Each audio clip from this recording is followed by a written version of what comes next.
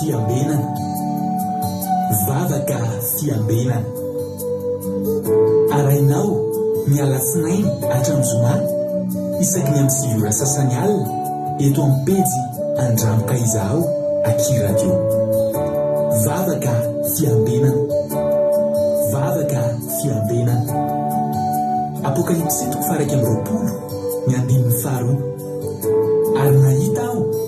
fa indro ny tanàna masina dia Jerosalema vaovao nidina avy any an-danitra tamin'Andriamanitra, voahomana tahaka ny ampakarina efa miainga eo amin'ny vadiny. Vavaka fiambenana, vavaka fiambenana. Arainao ny alatsinainy hatramin'ny zoma isaky ny amin'ny sivy sasany alina eto amin'ny pejy Andramoka Izaho Aky Radio. Vavaka fiambenana, vavaka fiambenana. Vavaka fiambenana, vavaka fiambenana. Arainao ny alatsinainy hatramin'ny zoma isaky ny amin'ny sivy sasany alina eto amin'ny pejy Andramoka Izaho Aky Radio. Vavaka fiambenana, vavaka fiambenana. Apokalipsy 1:20 ny 15. Ary nahita aho fa indro ny tanàna masina dia Jerosalema vaovao nidina avy any an-danitra tamin'Andriamanitra, voahomana tahaka ny ampakarina efa miainga eo amin'ny vadiny. Vavaka fiambenana, vavaka fiambenana. Arainao ny alatsinainy hatramin'ny zoma isaky ny amin'ny sivy sasany alina eto amin'ny pejy Andramoka Izaho Aky Radio. Vavaka fiambenana, vavaka fiambenana. Halleluja. Dia amin'ny fifaliana lehibe indray raha lasana bambalala no ianona amintsika amin'izao fotoana izao. Fa ny be indray ny tena komena aminao eto androany anatin'izao fandarantsika vavaka fiambenana izay iarahanao amin'ny fandarana Andramoka Izaho ny Aky Radio ny mpikambana anatin'ny groupe izay maharesy dia manona fiadanao tokoa amintsika tsirairay avy dia matoky sy mino fa ifampahery aminareo eto indray amin'ity androany ity. Aza avadika ny raha sendra mandalo eto anao androany dia aza mbola vadika aloha zavatra jerenao io, satria za mino fa tsy tonga fotsiny eto ianao fa tena misy raha ilan'ny tompo anao. Ny zavatra rehetra rehefa tsy mba misy kisendrasendra eny fa na dia nahatongavanao eto ary. Ka raha androany votonga eto dia mareta adindray sasany eo ny raha antsika anasako anao, ianotsika tenin'Andriamanitra, ianotsika hira, ianotsika vavaka, dia ny fanantenako sy ny finoako dia izao tsy takanidirinao teto no ivoahanao eto amin'ity androany ity fa ahery ianao raha miala eto. Dia tahiny tompontsika rehetrarehetra. Androany niditra voalohany tamintsika teto androany raha nabavintsika razana soa Sylvie, ka izay miditra voalohany eto moa dia mba mentsika tsodrano mahafinaritra. Halleluja. Ka androany raha nabavy Sylvie mena tsodrano ianao miaraka amin'ny ankizy any Koweït, Arabia Saodita rehetrarehetra sy any Chine ary ny any Madagasikara rehetra dia miara-mandray an'ity tsodrano ity amin'ny raha nabavintsika razana soa Sylvie. Ao amin'ny bokin'ny Jeremia 10:50, Jeremia 10:50 andininy fa 7 sy 7 amin'ny anaran'i Jesosy. Hoy ten'Andriamanitra manao hoe: koa izao nolazain'i Jehovah tompony maro, Andriamanitry ny Israely, indro valiko ny mpanjaka ny Babilôna sy ny taniny toy ny efa namaliko ny mpanjaka ny Asiria. Ary apodiko any amin'ny safy andrasana azy ireny Israely, ka hihinanao Karmela sy Basana izy, ary any an-tany avonan'i Efraima sy Gileada no ahavoky azy. Halleluja. Amen. Zay ny tsodrano androany. Avoky anareo any Andriamanitra, tondranareo indray ao atendrombohitra Karmela sy Basana sy ao Gileada sy Efraima amin'ilay tendrombohitra tena misy ny ahitra tena tsara. Halleluja. Mendrika ny ondrin'Andriamanitra, Andriamanitra ny hitondra antsika tsirairay avy eo. Zay ny tsodranonareo androany. Ka dia Jeremia 10:50 fa tsy 7:50 fa 10 andiny 7 sy 7. Tahi tompo raha nabavy Sylvie dia raiso afahanao zany tsodrano zany. Nabavy Sylvie moa any Arabia Saodita, itody rahony soa tonga soa eto France, ary ty zanaindry Madagasikara Lina eto France, tahiny Jesosy sondolan'i Jesosy Koweït namintso Macrine Koweït, ao ihany koa i Angelina Diamant Chine, ravaka nana France, Lovlitina France, tonga soa daholo, Tina Siri Coco Chine, tonga soa ihany koa Selena Rosmina France, tahiny Jesosy i kadaka malala sesena France, tonga soa i Ricarac France, e Onika Louisa Fabricia Koweït, Rantalina Marie Charline Madagascar, tonga soa Bert Sava Koweït, Kota Leoni Koweït, Mampiona France, Christina Sara Atsirabe, Nièce Ndranabavy Marijo, Alléluia. Razana Monica Koweït tahiny tompo andro andry France, dia Angelina Rodriguez Arabie Saoudite, tozy Jesosy mandrakizay Allemagne,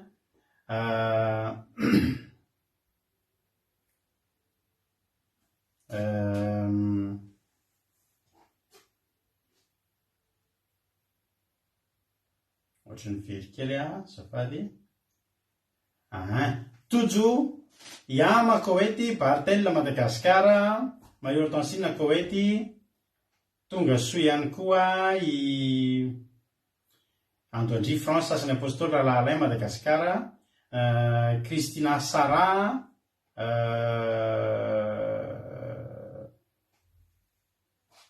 Christina Sara mo ohatry mbola sy niteny izy hoe zay sa manteny izy omaly hoe France mo sa Madagascar. Tahiny Jesosy i Miriam Andriary Malala efa voatonona teo, soa meva France, Jesosy mpandresy miady io any Madagascar, tonga soa Andry Anjafy Asina any Madagascar. Tahiny Jesosy ame manambotsoa any Madagascar izy amin'izao fotoana zay, dia faly be mahita Ndranabavy manambotsoa any, dia misy connexion. Alléluia. Tahiny tompo aiza zao ianao any Madagascar any, alléluia. Dia tahiny tompo i Marijo États-Unis, tantinany Miria, alléluia. Izy koa mbola tsy voaraba, Mami Koweït, Lantony Rina Liban, Tina Kotoarzaka France,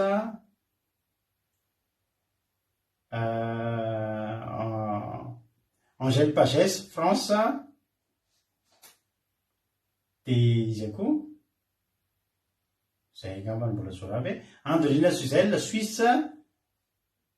Eliza Tsiala Koweït, tonga soa daholo tsika rera. Faly be mahita anareo, mahafinaritra be mahita anareo, tonga soa matsara ito daholo indray tsika rehetrarehetra amin'ity androany ity. Androany aloha tsika zao aloha hoe misy filazana ho ataoko, filazana tena important be ty filazana ho ataoko ty. Andro aloha melo an'zatra, andro aloha tsika hivavaka, andro tsika hivavaka, dia manasa anareo mba hieritrana ny zavatra hazavaiko anareo rehefa avy eo. Andro tsika hivavaka ametraka amin'ny fotoam-pilatan'Andriamanitra. Andao mpandrotsika nanabavintsika Kota Leoni avy any Koweït, izy nivavaka fanombohana, dia avy tsika hitoy amin'ny filazan-draharaha sy ny filazana sy ny fandaharana. Tahiny tompo daholo Kota Leoni, anao ny fitenenana. Paster menakam tahiny Jesosy tsika rehetrarehetra izay manaraka izao fandaharana vavaka fiambinina zao. Dia mbola hiary vavaka tsika ametrahantsika ny fotoana eo am-pelantagnan'Andriamanitra. Ry Andriamanitra reny tsara indrindro, misaotra anao izay midira mankalaza ny voninahitra ny anaranao. Mankalaza anao mandrakarivo izay Jesosy malalo amin'ny tombonandro sy ny fahasoavana sy fanambinina izay nomeno anay tsirairay avy Jesosy malalo. Ary mbola tsy izay rery Jesosy izay ilay manaraka eto Jesosy malalo, sy izay mbola anaraka ity fandaharana to Jesosy. Misaotra anao Jesosy malalo, tsy avy tamin'ny herinena ny tanjakazany Jehovah Andriamanitra, mbola fitiavanao sy ny famindramponao Jehovah Andriamanitra. Dia ankehitriny Jesosy malalo, raha misy tsy mifanaraka amin'ny sitraponao nataonay tsirairay avy mamindrampo aminay, mamela iloko aminay tsirairay avy Jesosy malalo. Mangataka ny fanahy masinao sy ny fanatrehanao Jesosy malalo aminay tsirairay avy isa-tokantrano izay manaraka ity fandaharana to Jesosy. Isoro ny ositra avy aminao izay tsirairay avy sy izay tondra ny teninao eto Jesosy malalo. Dia ankehitriny Jehovah Andriamanitra, raha misy mbola any an-dalana agny nefa magnetaeta anaraka ity vavaka ty Jesosy malalo, anao ny amin'ny faingany diany izy rehetra tsirairay avy Jesosy malalo. Dia ankehitriny mangataka anao koa Jesosy malalo, andrakotra ny fitaovana izay indesiny ampitanterahana izany sy ny connexion anay tsirairay avy Jehovah Andriamanitra, mbo tsy ho tapatapoka Jesosy malalo. Raha anao ny amin'ny teny vavan'ny mpanomponao izay hitondra ny teninao eto Jehovah Andriamanitra. Dia voninahitra ny ho anao irery ihany, fiadanina ho anay tsirairay avy. Alleluia. Amen. Alleluia. Mankasitraka indrindra andranambavy Kôtaleonitsika tao anatin'izay vavaka fanomboana izay nentin'izay. Alleluia. Andriamanitra manakile pasoavana ane amary fitianao ranambavy Kôtaleonia dia tahin'ny tompo hatrany hatrany. Mahireza ihany, mahireza daholo. Andao aloha arabaina aloha izay mbola tsy voaraba. Ajaska patitsi eto France, Zamina camaradin Jesosy eto France, noro malala seheno Madagasikara, tahiny tompo noro malala seheno. Alleluia. Tonga soa daholo tsika menakavy. Filazana ngeza be aloha ty ataoko aminareo ty. Hitantsika fa atao ao dia efa manomboka tapaka foana verina tapaka foana indray ny fandarantsika. Efa fantatra zao hoe mazava ny mahatonga ny fandarantsika tapaka raha vao misy zavatra izay ezahany zao tontolo zao apetraka eto amin'ity tany ity izay mifanohatra amin'ny sitrapon'Andriamanitra, dia raha vao ety ambavantsika fotsiny io teny io fotsiny areo teny vitsivitsy ireo aza manoratra an'izy amin'ny commentaire aloha nareo tsy tianareo tapaka ny fandarana. Vao ety ambavaka fotsiny ireo teny ireo dia tapaka ny fandarana ary efa tsy miandry an'izay intsony zao zareo. Fa raha mandingitsika vavaka maraina natao mampionaka eo tsy nisy inona fa vao hanomboka fotsiny dia efa tapaka. Mety ho tapaka zany ty fandarantsika ty androany, satria androany dia mbola hafanafana ihany koa ny zavatra ho zaraina eto dia afatra ny teneniko amintsika manao hoe efa etsika ny homana tamin'izany. Angamba manomboka tamin'ny 2020 miteny anareo foana hoe isika ty nanomboka tamin'ny décembre 2019 zahako efa miteny anareo manafatra eto foana hoe ho avy ny fotoana ho tapaka ny connexion. Famelohan'ny atapahan'ny connexion dia zao fandarantsika zao dia anisan'ny tsy aharitra. Satria raha vao manotoana ny zavatra izay apetraka ry zareo izy moa lery zareo le ifehy maneran-tany. Aza mieritreritra mihitsy nareo teny gasy ny fandarantsika zay tsy teny gasy hoe disy hay fa haintsenjery ny fandarantsika io. Ny tiako lazaina dia zao, raha tapaka ty fandarantsika ty androany dia isaky ny tapaka moa dia tsy maintsy sista mamerina intsony zahay. Sanatry tapaka ty, mbola tapaka ny rapitso dia mba manentana anareo zay ny pagesika koa dia tandondomondoza satria misy misignale ny vidéo atsika. Tsy haiko iza zany le misignale ny vidéo atsika efa ataontsika daholo ny zavatra rehetra. Ireo vidéo hitanareo mandeha amin'ny fond antsika ireo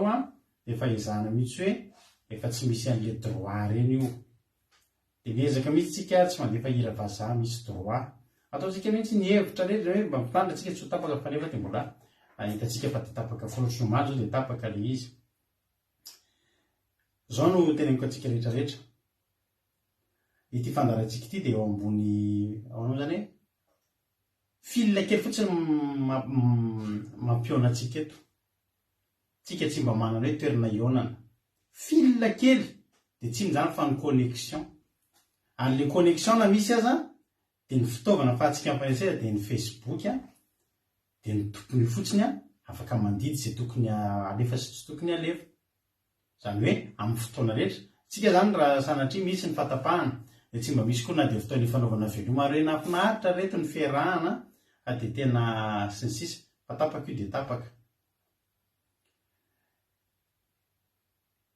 Raha tianareo no mbola hoe faneraseratsika raha tapaka ity tapaka zany ny fanaovantsika live eto mampidirina nareo Zoom. Zay rehefa laka misy alina ohatr'izao aorianan'ny fandarana dia miaraka ao anaty Zoom izay ao amin'ny groupe izay maharesy izay dia miaraka aminay mivady mifampitondra mbavaka. Ao sy fotoana malalaka be le laka misy alina io mifampitondra mbavaka. Mbola miara mivavaka izay vita inona ny samy manana izy entina mbavaka azy. Eto mbavaka reto fa marary ny nifiko. Eto mbavaka fa nafanadina ny zanako rapiso. Eto mbavaka fa patron akoatr'izao. Dia eo fampitondra mbavaka. Dia manaraka izany koa Zoom sy tsy hoe Zoom na Telegram fa sady mampidirina ireo Zoom amin'ny telefona mampidirina le application hoe Telegram. Rehefa manana le Telegram io nareo dia zay moa efa nitany reto amin'ny groupe izay maharesy. Manana groupe izay ao Messenger, manana groupe izay ao amin'ny Telegram, manana ihany koa zay ny Zoom. iarahana raha misy tokoa raha mbola tianareo zany misy fotoana raha tonga ndray asabata ohatra any na amin'ny alina ohatr' zao sanatria tapaka ty fandarantsika ity de toizatsika ty tsisy asakanantsika amin'ny fitiavana amin'ny Kristy alleloia firaisantsika amin'ny Kristy any anaty Zoom ndray tsika mafandarana miverina amin'ny ohatrany taloha inge tsy nisy zao fandarana zao fa any anaty messenger anaty groupena messenger tsika no miara mivavaka araka ny teneniko anareo maly sanatria zany misy zay fahatapahan'izay mahatonga na manafatra an'izay afanafana ny sujet atsika androany tena afanafana ny famelabelarana ny toritenintsika androany de aloha tonga de mitandra ny amisapisana ny ratsy moa eviny soa ary ny tenin'Andriamanitra koa de milaza fa ny manatsaina de mitsinjo ny loza ka miery mahita ny loza tany de miery tsika zany mila miomana foana tsika fa tsy hoe voatapoka be tsika za zao teneniko anareo ira tonga tapaka malahelo fa sy kosa efa tsy manaitra natsondra tapaka io efa ela niomana tamin'izany efa taona amin'ity zany any niomana tamin'izany da tonga ny volana Desambra ny amin'ny fahatapahan'ity fandarantsika ity ampidira Zoom de rehefa tonga ny ohatra tapaka ny fandarantsika de rehefa amin'ny 6 sasany alina ohatr' zao de mandevasa MP amiko amin'ny messenger na amin'ny Telegram na mbola amin'ny telefona koa anaty amin'ny pagetsika misy numéro telefonako de io numéro telefonako de rehefa sy message amin'ny hoe ianona ihany ty za mba meo liana Zoom rehefa amin'ny 6 sasany alina ohatr' zao tsisy tsony ny fandarana na rehefa laka misy alina ohatr' zao tapitra ny fandarana moa za mba te mbola ifampahery aminareo meo liana Zoom indrindrindrindra ny sabata maraina ao aorian'ny fandarana commencement kira sy fampidina toriteny raha tapaka koa zany ny fandarana iny de tonga tsika de miditra anaty Zoom isaky ny sabata maraina manao commencement mbola rapitso alina angamba rapitso alina angamba zavaiko ny inona moa ny mahatonga antsika manao commencement fa zay mampidira Zoom mampidira Telegram zany jerenao amin'ny appli storenao de tonga de hitanao mampidira andreo fa reo zany zao ny zavatra mbola afahana mbola mitohy mifandray raha misy tokoa ny tokoa zay da iny tompo tsy mahakivy ary tsy mampaketraka atsika zany fa io andro zareo io tsika tsy afaka andidy amin'io fitaovana fotsiny ihany io anankiray amin'ny moyen rehetrarehetra ahafahana mitory filazantsara io mbola tsy nisy io Facebook io de efa nitory foana koa tsika ka raha io ny tapahana amintsika tsy mahafaty atsika akory raha tapahana io fa misy foana ny fomba ifampahery moa tsika anatin'ny toriteny rehefa mikasikasika an'izany daholo ny toriteny rehefa ka de zay voarainareo zay de samita iny tompo androany rehefa natoriteny amin'ny tena zavatra ny saitsainiko androany zay fa ndao aloha tsika tany tompo tsiny amboaramielina nambinina io eto Frantsa de tahiny tompo i Mario Elali Marie Rodine Mario any Koweïty tahiny Jesosy isika rehetra zay ny filazana ndao aloha tsika riamiry to de amiry tsika de orin'ny amiry tsika tonga de hitra amin'ny tenin'Andriamanitra zay hoe tendranababitsika mihaja mitoantsika anatin'ny tenin'Andriamanitra zany anatin'ny ity zany maka toerana tsara de maka baiboly de toritentsika ao aorianan'ity meno finaritra daholo tahiny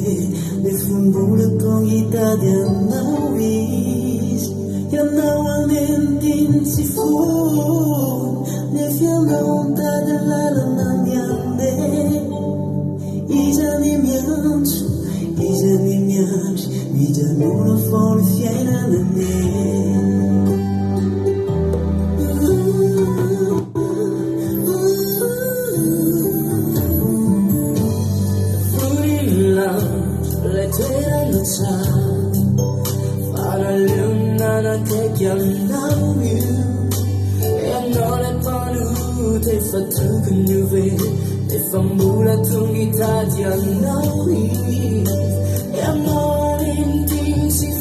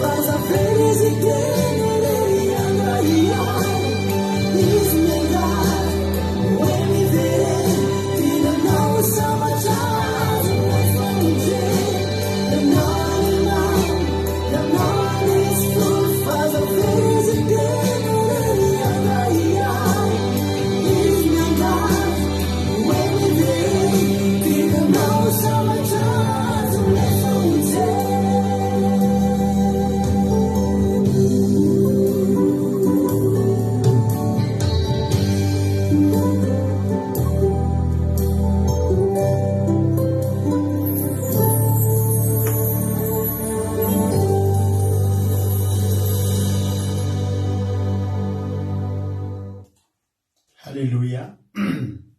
Tsara be le hira. Ny titre ina moa titre izy teo mampionina. Lasy loatra isika ny titre-ny mampionina ngao mety mahita ny titre izy teo fa tsy tadidiko ny titre. Ny fonao. Jim Praise sy Barisy Toto Club Barisy dia le titre-ny ny fonao. Alléluia, tsara be le hira. Akoba dia amparinareo andrany ny teny hoe ianao ane tsy fony, ianao ane tena tiny dia azo mitady lalana andeha fa Andriamanitra zao tena eo andalam-pitehirizana antsika Andriamanitra. Alléluia. Dia tahiny tompany antsika rehetra tsara be mihitsy ny riny. Ahereza daholo tsika mianakavy dia tahiny ny tompo. Alléluia.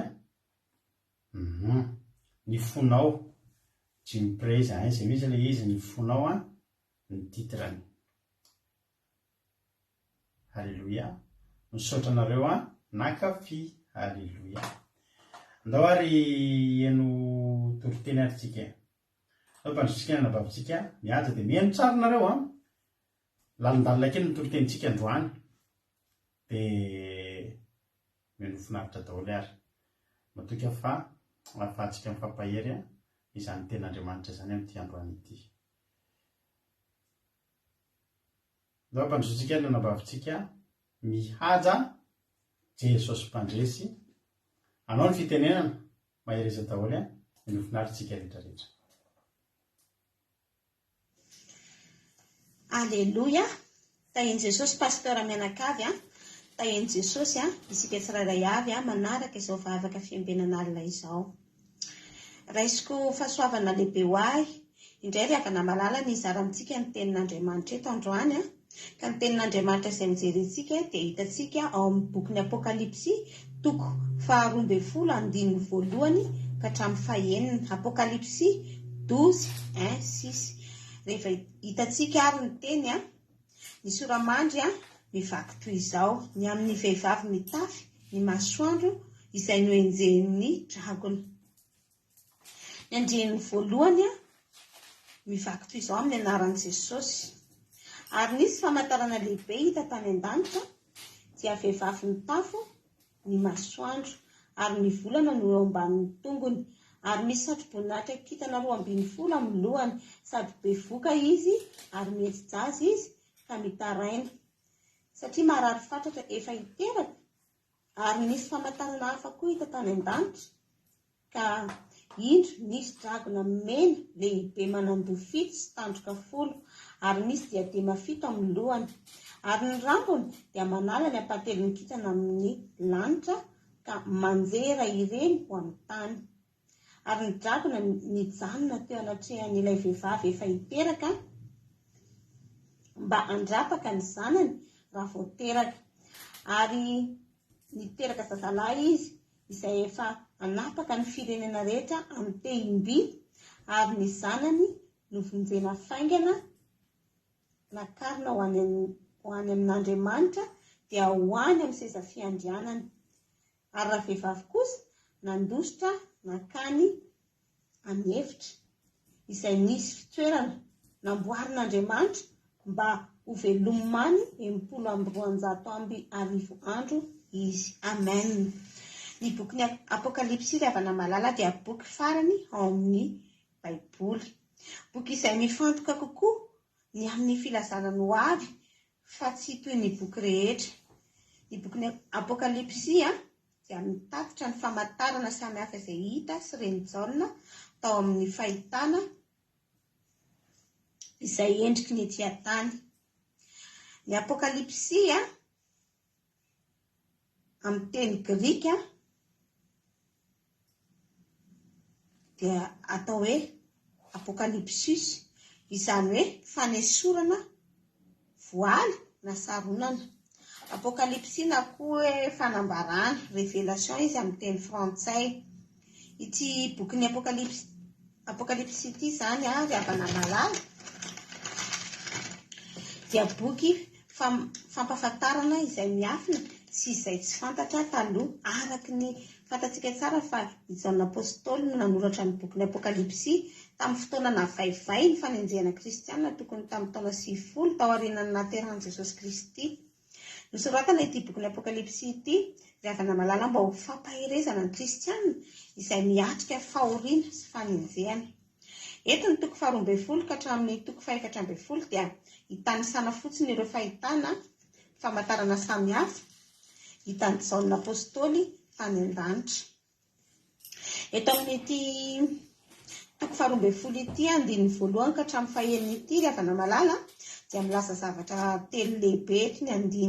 andininy voalohany ka hatramin'ny fahaefatra dia miresaka ny fiangonana sy ny fahavalony. Ary eo amin'ny andininy fahaefatra ka hatramin'ny fahaenina dia manambara ny fiarovan'Andriamanitra ny Mesia sy ny fiangonana, ary koa mampafantatra antsika izay afatra lehibe omen'Andriamanitra antsika. Ny vehivavy izay ambara eto ry havana malala dia ny fiangonan'Andriamanitra, dia ireo izay mino an'Andriamanitra sy ireo izay no hamarinina amin'ny finoana, tsy iza fa ny taranak'i Abrahama dia ireo jiosy ao amin'ny testamenta taloha sy izay mbola ino ao amin'ny testamenta vaovao ihany koa. Hitan'ny Apôstôly Jaona teto fa mamirapiratra izy, izany hoe mitafy masoandro ary volana no eo ambany tongony. Ny masoandro eto dia entina ilazana ilay fahazavana eto amin'izao tontolo izao. Ny masoandro dia natao hitondra hazavana sy hafanana, izany hoe mitondra aina sy fahavelomana eto amin'izao tontolo izao ity zany ny masoandro. Ny vehivavy mitafy masoandro zany ambara eto dia ny fiangonana, izany no tokony hitondra fahazavana amin'ny alalan'ny tenin'Andriamanitra izay toriany araky ny tenin'ny Kristy ao amin'ny Matio toko 5:14 manao hoe ianareo ny fahazavan'izao tontolo izao, izany hoe tokony hipariaka amin'ity izao tontolo izao ity zany ny hazavan'ny fiangonana ry havana malala. Ary ny volana eo ambany tongony ilay vehivavy dia fantatsika tsara ry havana malala fa niendriky ny volana raha tarafina sy jerena vetsy ambonin'ny tany izy dia miovaova. Maro ny manam-pahaizana no manao ny volana ho fanamperana amin'ny fahalalana siantifika ka mihevitra fa izy ny faratapony indrindra nefa dia fahalalana ambany ihany ny fahalalana izy ireny noho ny amin'ny fahalalana mihoatra ny amin'ny fahalalana izay omen'Andriamanitra ny fiangonana. Fiangonana izany dia fahalalana ambony. Ny fiangonana izany ry havana malala dia natao amirapiratra ho tarafina izao tontolo izao satria efa napetrak'Andriamanitra eo andohan'ny fiangonana ilay satroboninahitry ny kintana 12 izay maneho ny Mesia. Ary ihany koa entina ilazana ihany koa ny tenin'Andriamanitra nampitondrainy ny apôstôly 12. Efa napetrak'Andriamanitra eo andohantsika sy ao an-tsaintsika fiangonana zanak'Andriamanitra mandrakariva ny satroboninahitra izay midika fandresena na hoe satroboninahitra ny fandresena. Ilazana ihany koa ny voninahitra lehibe atafin'Andriamanitra ny fiangonana. Eto ihany koa i Jaona ry havana malala dia mbola miresaka ny amin'ny fahitana ilay dragona mena entina ilazana ny devoly na koa hoe Satana. Ambara ihany koa fa ny dragona dia ilay menarana ela lian-dra. Satana ilay mpandainga ary mpiapanga ny olon'Andriamanitra. Eto ilay dragona dia manandò 7 sy tandroka 10 izay manambara ny heriny ary ilay diadema eny amin'ny lohany dia ny satroboninahitry dia tsy satroboninahitry ny fandresena fa satroboninahitry ny devoly. Tena hita mihitsy eto ry havana malala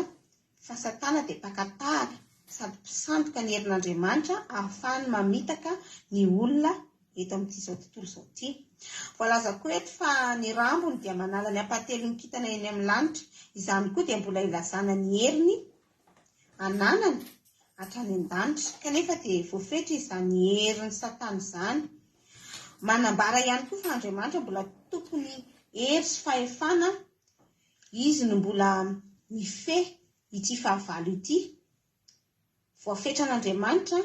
ny devoly ry havana malala satria tsy afaka manao na inona tamin'ilay vehivavy izy teto. Ilay vehivavy mety zaza efa hiteraka dia manondro ny foko 12 amin'ny Israely. Asa hoe mazava tsara eto fa ilay zazalahy teraka eto dia Jiosy dia Jesosy. Izy no ifehy sy iandry ny firenena rehetra tsy agaga nefa izany satria efa voasoratra hoe avy amin'ny Jiosy ny famonjena.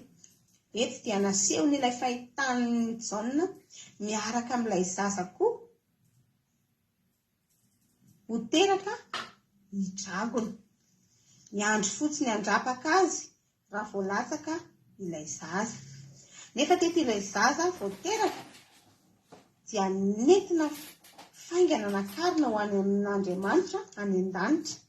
tamin'ny alalan'ny fahafatesany sy ny fitsanganan'i Jesosy tamin'ny maty. Ny fiangonan'Andriamanitra kosa dia nampandosirina tany an'efitra izay toerana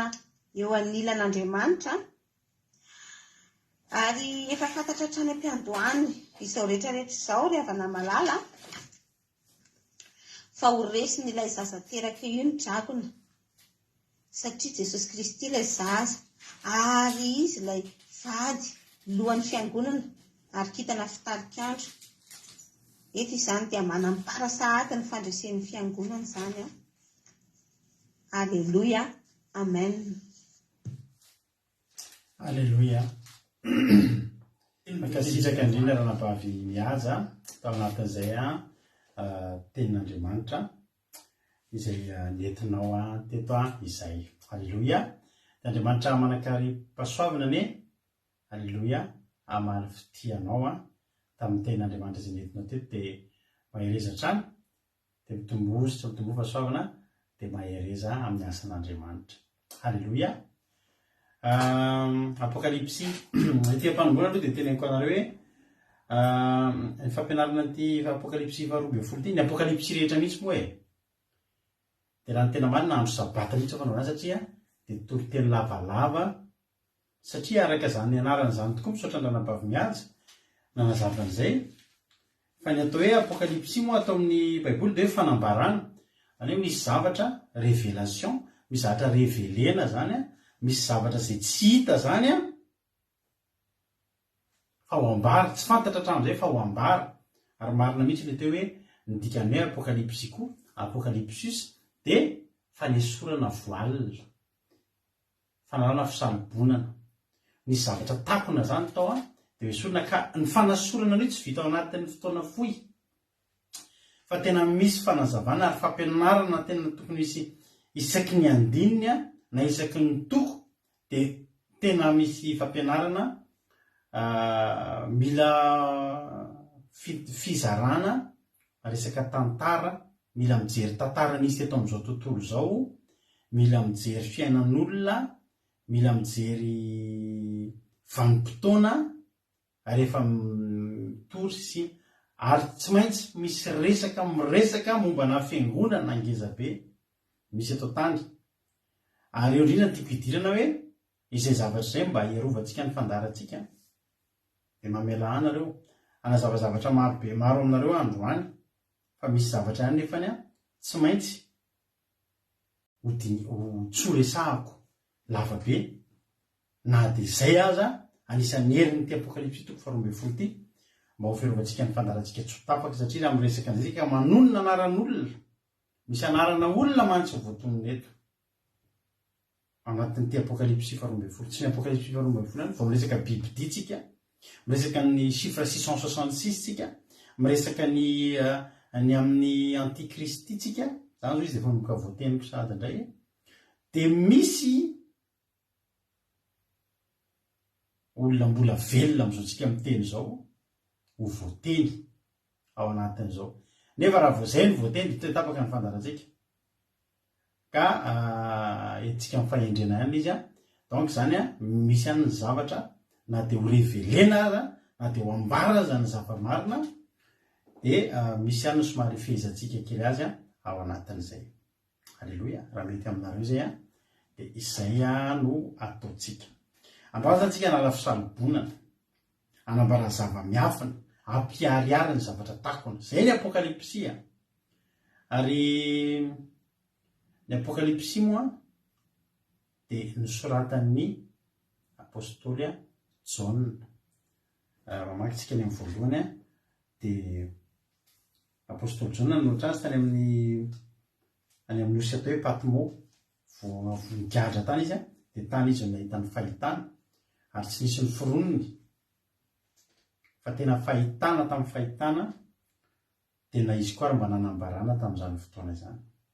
ny bokyny apokalipsia dia mizara raha tea ahay amaky ny bokyny apokalipsia dia ny bokyny apokalipsia dia mizara eo amin'ny anankifito mizara eo amin'ny anankifito ny fomba famakina ny apokalipsia zany miresaka zavatra maromaro ny apokalipsy toko voalohany a dia fitarihan-teny fotsiny fanazavana ny zavatra ho ataony sy ny antony nanaovana azy sy ny inona zavatra nanaovany azy manomboka ny fizarana faharoa amin'ny apokalipsy a dia ny toko faharoa sy ny fahatelo dia mikasika fotsiny loha ny teny a ho an'ny fiangonana fito zay ny ny fizarana faharoa amin'ny apokalipsy fizarana fahatelo amin'ny apokalipsy a dia manomboka amin'ny toko fahenina ka hatramin'ny amin'ny fahafito a dia miresaka ny amin'ny resaka fahantrana sy ady izay misy atao amin'izao tontolo izao sy iainan'ny izay manaradian'ny Kristy ny fahantrana momba ny fahantrana sy ny ady ny tapany fahefatra fizarana fahefatra amin'ny apokalipsy dia momba ny manomboka ny amin'ny andin'ny toko fahavalo ka hatramin'ny fahaefatra ambin'ny folo any dia ny momba ny ady a momba ny Jesosy ady amin'ny Mesia dia ny tapany fahadimy indray a ny fizarana fahadimy amin'ny apokalipsy manao any amin'ny toko fahadimy ambin'ny folo ka hatramin'ny faharoapolo any a dia milaza ny amin'ny herin'ny Mesia ny herin'ny Jesosy ary ny any amin'ny herin'ny Jesosy sy fandresen'ny fahavalo moa zany dia ilay dragona lehibe zay ny fizarana fahaenina. Ny fizarana fahafito a ny amin'ny endriky ny fanjakan'Andriamanitra, ny fanjakan'i Jesosy, le fanjakana vaovao zany a, fanjakan'ny Mesia. De ny fahafito farany moa de resaka ny famaranana, fifehezana ny zay rehetra voalaza. Zay zany ny momba ny apokalipsia aloha. Ary zava-dehibe mihitsy, zava-dehibe ny fahafantarantsika ny zava-miafina izay lazain'ny apokalipsia. Rehefa mamaky apokalipsia tsika de hitantsika tsara fa ao amin'ny apokalipsia zany ianao sy ao amin'ny bokin'ny Daniel de mahita karazana chiffre maro. Reny rehetrarehetra de misy antony daholo reny, ary misy heviny daholo reny, fa tsy hoe nitenitenenina foana fotsiny. Antoka antsika maka an'le vakindrana vavintsika teo hoe apokalipsia 12. Alleluia. Izy moa namaky tamin'ny 9 ka hatramin'ny 9, fa za kosa ho vakiako ny 9 ka hatramin'ny 17. Zany ny apokalipsia 12 manontolo zany de ho vakiako amintsika eto androany. De zahantsika vahavahana izay mifatopatotra, esorona ny fisabonana, esorona ny takona, esorona ny voalina, fa tsy maintsy ahanjahanjantsika eto ny marina. Vakiako aloha le izy vakiako hatramin'ny voalohany tsy akijanona ka hatrany amin'ny farany aloha, ahitantsika ny zavatra izay teneniny amin'ny anaran'i Jesosy. Ny amin'ny vehivavy, ny solamana de ny amin'ny vehivavy mitafy masoandro izay nenjehan'ny drago. Eto zany de misy rôle anankiroa ngeza be. Misy mpilalao anankiroa ngeza be voalaza, de ny amin'ilay vehivavy sy ny amin'ilay drago. Alleluia. Andiny voalohany, anisy famantarana lehibe hita tany an-danitra de vehivavy mitafy ny masoandro, ary ny volana no eo ambanin'ny tongony. Ary misy saro-boninahitra kintana 12 amin'ny lohany, sady bevoka izy. Ary mihetsi-jaza izy ka mitaraina satria marary fatratra efa hiteraka. Ary nisy famantarana hafa koa hita tany an-danitra ka indro nisy dragona mena lehibe manandofy 7 sy tandroka 10, ary misy diadema 7 eo amin'ny lohany. Fa misy diadema koa zany eo amin'ny lohany. Ary ny rambony de manala ny apahatelo kintana amin'ny lanitra ka manjera ireny amin'ny tany. Ary ny dragona nijanona teo anatrehan'ilay vehivavy efa hiteraka mba handrapaka ny zanany raha vao teraka. Ary niteraka zazalahy izy izay efa napaka ny firenena rehetra amin'ny tehiby, ary ny zanany no vonjena faingana nakarina ho any amin'Andriamanitra de ho any amin'ny seza fiandrianany. Ary vehivavy kosa de nandositra nakany hevitra izay nisy fitoerana namboarin'Andriamanitra mba ho velomina any 700 amby arivo andro izy. Alleluia. Alleluia. Eo mitady tapaka sady azandry tapaka de repetso fotoanantsika ao anaty misandrata sy vavaka fiambenana. Iriko de iriko nefa nasanatry tapaka ary tiana nazava nyty toloteny ao amintsika ao anaty Zoom, satria zava-dehibe ary tena ohatry ny tena ilaina fantatritsika ty zavatra ty satria ampahery antsika ity apokalipsia 12 ity. Alefasy any nefa aloha le j'adorenareo mangataka amin'Andriamanitra sady eto ambavaka fa tsy ho tapaka satria amin'ny maha révélation azy de secret ngeza be no vahantsika eto amin'ity androany ity.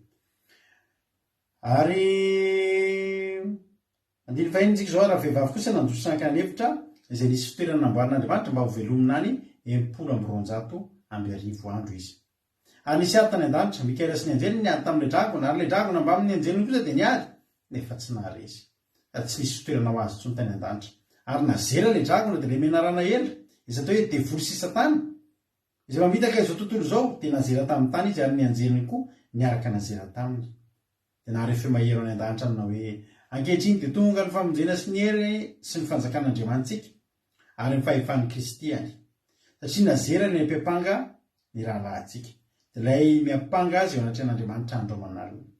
Ary izy ireo naresy azy noho ny amin'ny raha ny zanak'ondry sy ny teny filazana azy, ary tsy nakama amin'ny ainitsony izy na de ho faty azy. Ary noho izany faliry lanitra sy anareo izay monina ao aminy, loza ho an'ny tany sy ny ranomasina. Fa nihidina ho aminareo ny devoly izay manana sady manana fahatezerina lehibe sady fantapakely sisa ny androny. Ary efa hitan'ilay dragona fa nazera tamin'ny tany izy de nanenjika ilay vehivavy niteraka ny zanany lahy izy, zazalahy izy, ary vehivavy no mena ilatra aloha any voromahery lehibe andinana any anefitra ho any amin'ny fitoerana izay hitoerana fetrandro ray sy fetrandro roa ala sasaky ny fetrandro mba tsy ho hita n'ilay mena rano izy ary le mena rano namoaka rano tamin'ny vavany toy ny rika anaraka andra vehivavy mba indao sy ny rika izy nefa ny tany namonjy andra vehivavy ka ny vavany tany ka nitely ny rika izay navoakan'ilay dragona tamin'ny vavany de tezitra tamin'ilay vehivavy ny dragona ka lasa nandeha ady amin'ny zanany sisa izay mitandrina ny titin'Andriamanitra sy mitana ny filazanan'i Jesosy angatahako ny zadorina hoe hiakatra foana aleloia eto zany a ny voalaza voalohany dia ny vehivavy anankiray mitafy masoandro ary ny volana eo ambanin'ny tongony ary misy saribonany kitana folo eo amin'ny lohany sady be voky izy ary mihetsijana izy ka mitaraina sady marary fatratra efiteraka iza moa ny vehivavy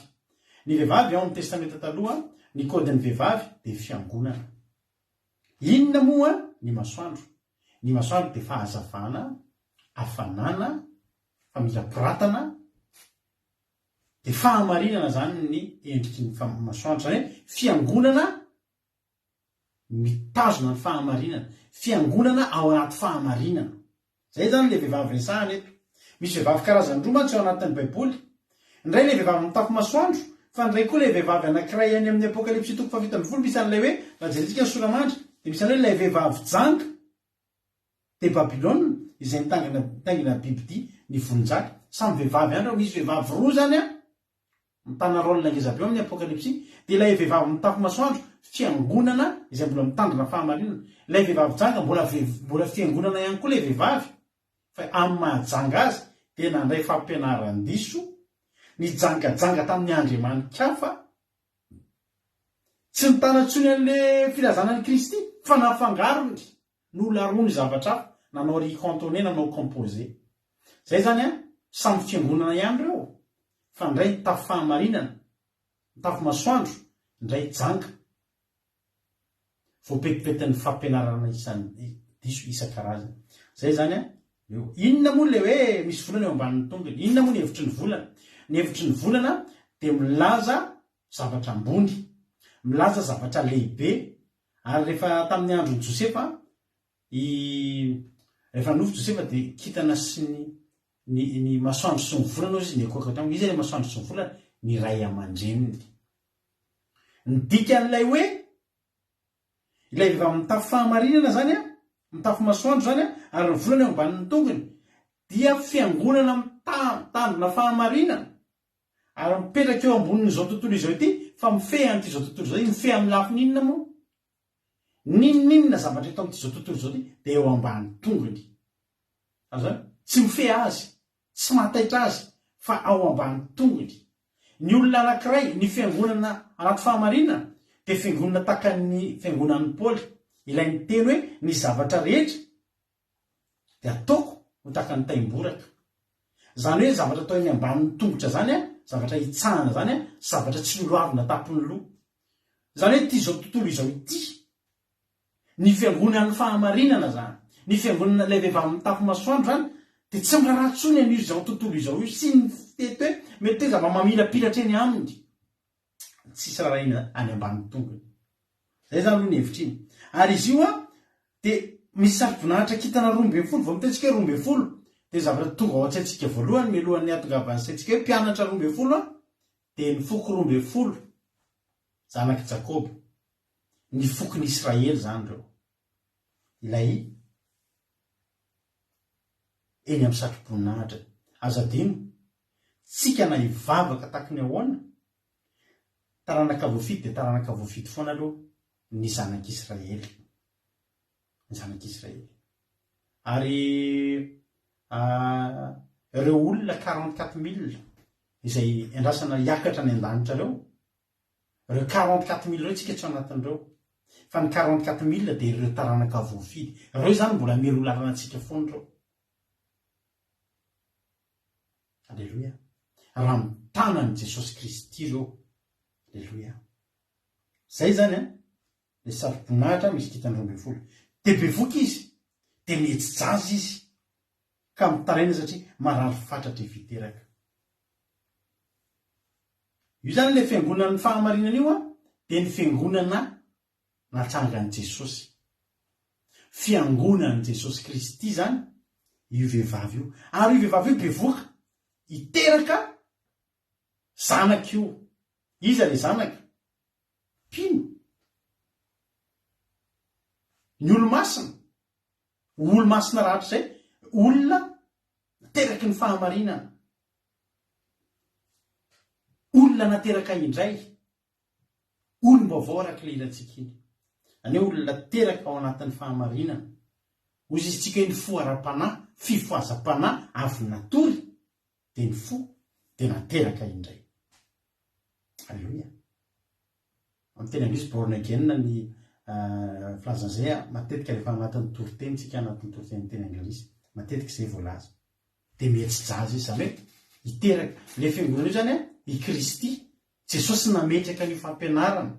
nametraka an'io fiangonana satria efa nisy ihany ny fiangonana teo fa tonga Jesosy nitondra amin'izay finoana kristianina, le tena any Jesosy, le fiangonana ny fahamarinana, le manao sitrapon'Andriamanitra. Alleluia. Zay aloha zany ny amin'ny zany hoe le fiangonana ity zany rehefa mitafy masoandro zany iteraka ry Petera, ry Jakoba, ry Jona, ry Filipo, ry Andrea, ry Stefana, ry Paoly apôstôly, ry iza moa le lehilahy anankiray le iza moa le teneniko an'le hoe misy anankiray zarevitra anaty publication taloha, raha misy matadidy izy azafady, le lehilahy anankiray le teraka efa taty amin'ny zato taona mahery taorianan'i Jesosy Kristy izy, le tao Smirna, le rehefa nidorana izy de le niteny hoe le nira fiderana foana izy mandra-pahafatany tanteraka de midonaka manitra be ny setrokany. Iza moa Polycarpe saotra mampionina, ry Polycarpe saotra mitonjo, ry Polycarpe zany hoe reny zany efa tao akibo tao daholo. Alleluia. Ary vavao mafana ny tenenako anao fa mety jaza koa io, de mba nivoaka tao tsika. Alleluia. Voaka tao ry mampionina, voaka tao ry tojo, voaka tao ry Angelina Diamant, voaka tao ry Rady Rakotosalama, ny voaka tao itsika. Satria aiza ny toerana misy atsika zao? Mitandrina fahamarinana antsika reo mitandrina fahamarinana antsika reo. Misy koa zao olona eto mety voaniditra de bevoaka ihany koa, bevoaka foana io fiangonana io bevoaka foana io vehivavy mitapy masoandro io tsy natatsika andray zao zay olona ho aterany atoato vao tamin'ray volana lasa tsika nanao batisa an-dralany asina mivady, ny etsy-jaza io fiangonana io ray volana sy tapany lasa nanomana ny fiterahana ny ralany asina mivady. Fa zao aloha melohan'izany rehetrarehetra zany andiny fatelo ary nisy famantarana hafa koa hita tany an-danitra ka indro ny dragona mena lehibe manando fito sy tandroka folo ary misy diadema fito ny lohany. Ty indray le sujet faharoa ty, ny sujet voalohany vehivavy mitafy masoandro, fiangonana ny fahamarinana. Fa eto indray ny sujet faharoa resantsika eto de dragona mena lehibe manando fito sy tandroka valo. Ireo indray de miresaka fanjakana, miresaka mpitondra firenena, reo hoe manando fito reo zao de resaka fanjakana ireo, fanjakana izay nambabo ny zanak'Israely. Ireo loha fito reo zany anisan'ny loha voalohany amin'izany Babilôna. Raha mamaky tsika ny amin'ny nakeva kitsika io teny hoe any amin'ny bokin'ny Daniel fa zany hoe tsy nomaniko izay verset zay de misy manazava ny amin'reto biby reto koa ary manana endrika izy ireo. Ny ireo biby manando fito reo le dragona hoe manando fito, ireo loha fito reo de mirepresente tarehana biby daholo. Misy lohana biby efatra zany reo. Ny biby voalohany liona, de iny mirepresente any fanjakany Babilôna izay nanao ny fe ny zanak'Israely resaka fifehezana efa lasa kobabo ny zanak'Israely de vofe lasa andevo teny nanandevo azy voalohany lo voalohany lioana Babilôna lo faharoa erika bera orsa zany de fanjakan'ny Mediany Persianina ny lo fahatelo de ny lohana leopara zany de fanjakan'ny Makedonia ny lo faefatra de misy nzao lo fahatelo faefatra ny fahadimy ary ny fahenina de lohana leoparda daholo misy lohana leoparda efatra zany to anatin'ny lohana fito leoparda voalohany fanjakan'ny Makedonia leoparda faharoa fanjakan'ny Stadiriko le anankiray zay ny lo fahatelo fanjakan'ny Egypta de ny lo faefatra fanjakan'ny Roma izay nangeja farany ny zanak'Israely tamin'ny andron'i Jesosy ny empire romaine zany fanjakan'ny Roma ny biby fafito biby di fafito de rehefa mamakytsika ao anatin'io araka ny temponareo hoe tsy voaka ny apocalypse 12 tsika fa rehefa mamakytsika gamba ny mombadika ao misy an'le izy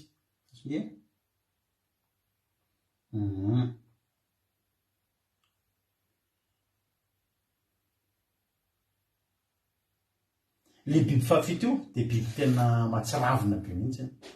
satria le biby fafito io de ohatry ny mitambatra daholo lay amin'ny apocalypse 12 tsika zao de ozy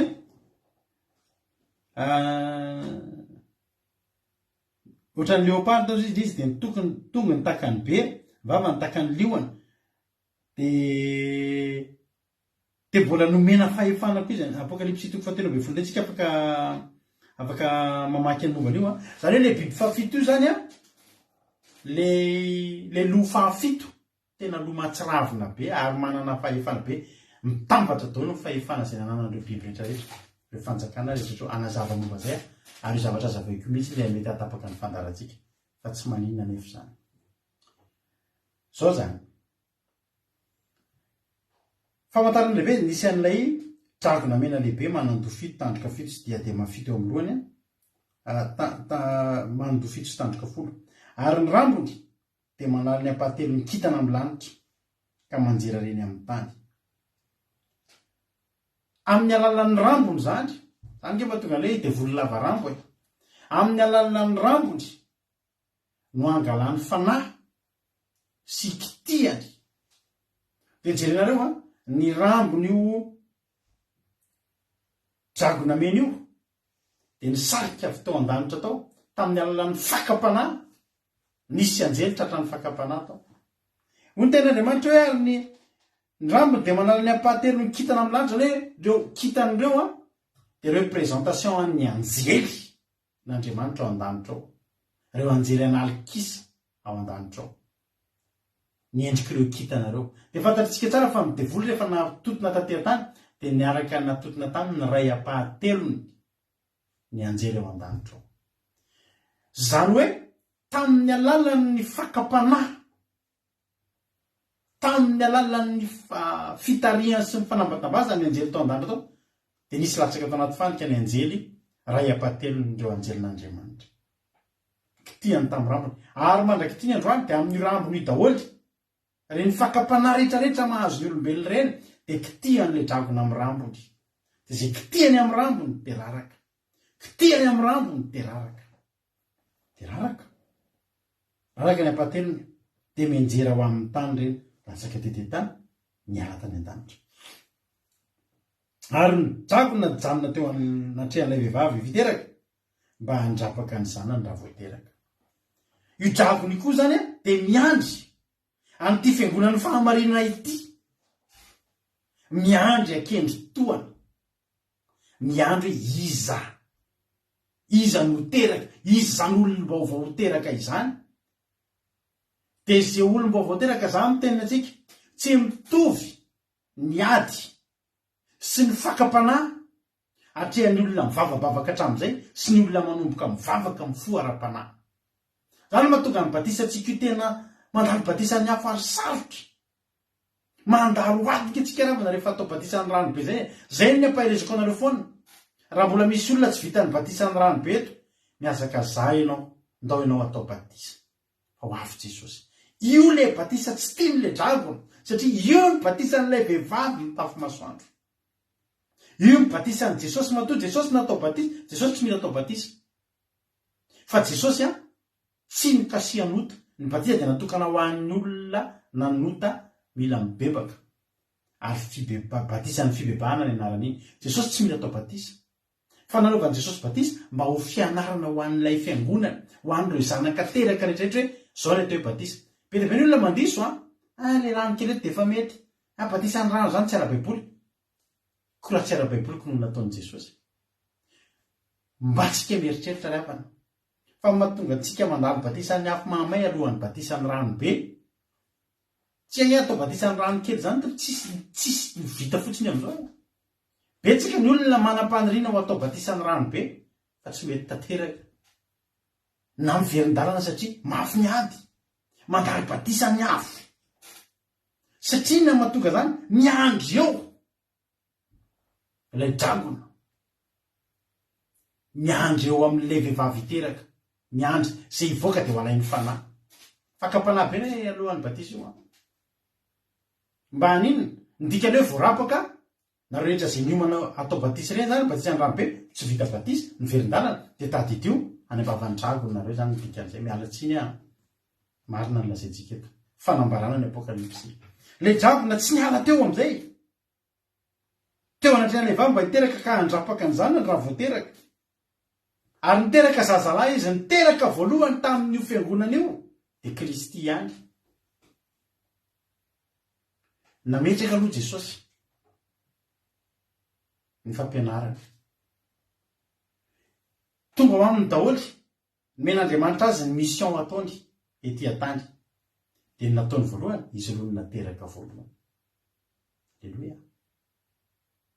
dia nataony Jaona mpanao batisa Jesosy teo izy niteraka ary zao ny zavatra nafinaritra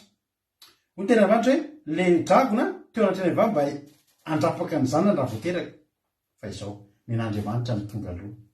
tadidinareo ilay voromailala rehefa vo nitsangana vao anaty rano Jesosy tsy nivoaka ny rano kory Jesosy tsy niala teo kory Jesosy ny devoly ny andry azy tamin'ny fakapanahy fa Jesosy tsy nivoaka ny rano kory men'Andriamanitra ny tonga voalohany nidina le voromailala dia tonga ny fiaovany an-danitra ity ny zanako izay sitrako aleloia tanao tenin'Andriamanitra zany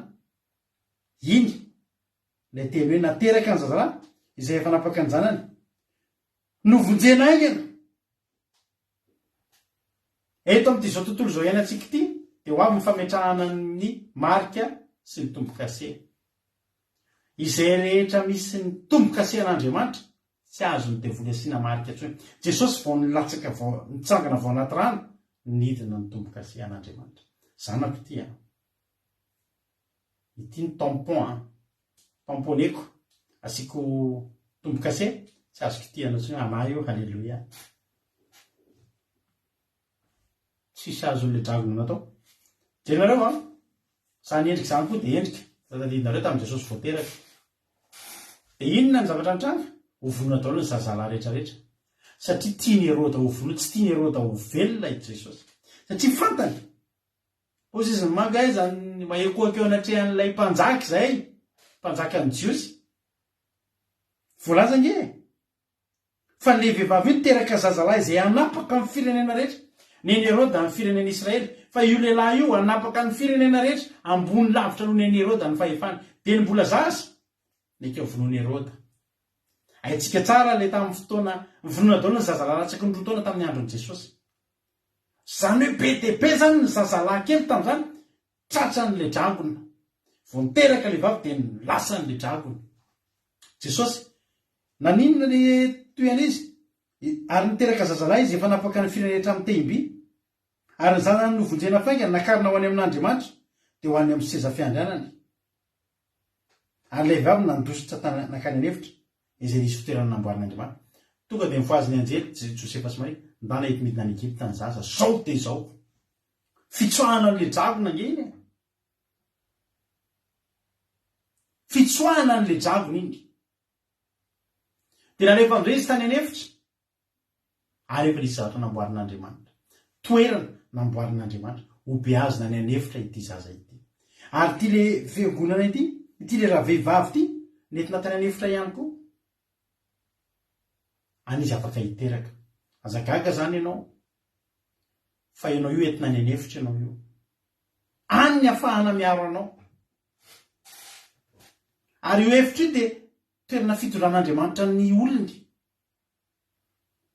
hoy Andriamanitra hoe netoka ty anefitra ianao mba hizahako toetra anao nentin'Andriamanitra 70 taona izao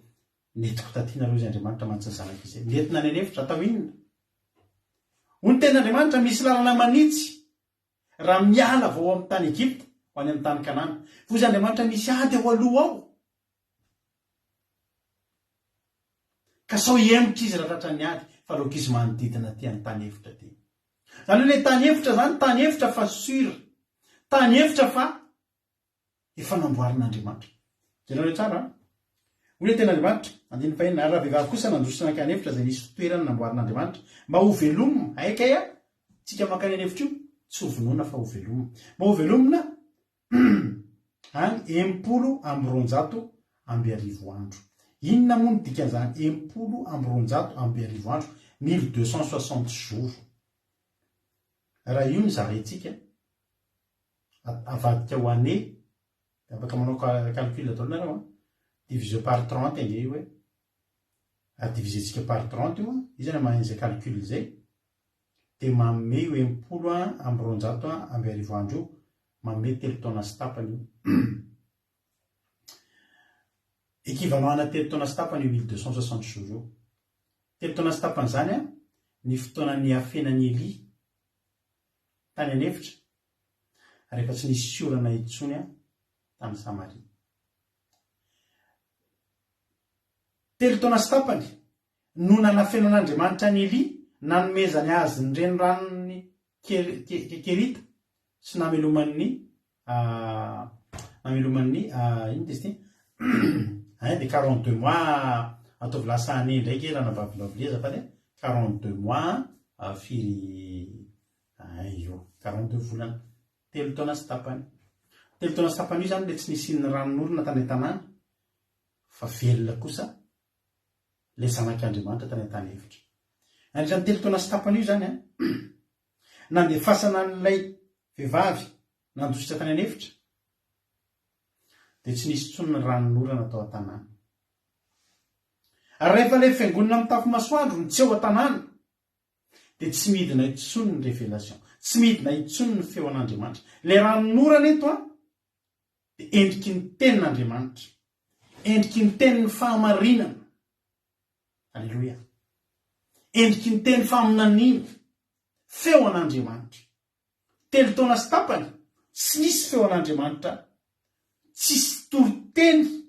fahamarinana teo an-tanàna fa tany anefitra raha vehivavy tany anefitra ary za miteny anao ny fanahy fahamarinana ny fiangonan'ny fahamarinana raha hitady azy ianao miomana ho any anefitra ny omana ho any anefitra ny efitra dia endriky ny fitokanana tsisy tanàna ny anefitra tsisy tabataba n'izao tontolo izao ny anefitra fa any lavitry ny tabataba any ianao tena misy fotoana iresahana amin'Andriamanitra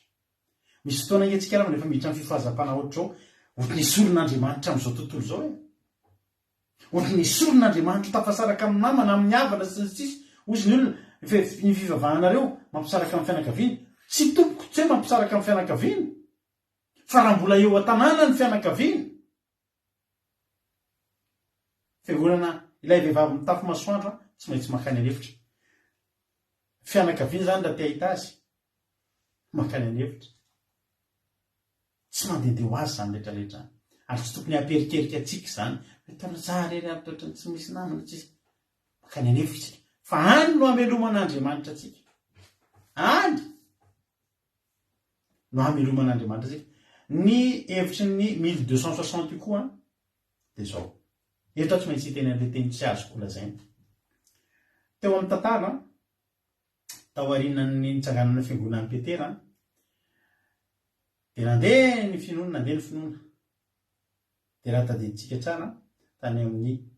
730 taona taorinan Jesosy dia ny fean'ity zao tontolo zao ity ny fiangonana katolika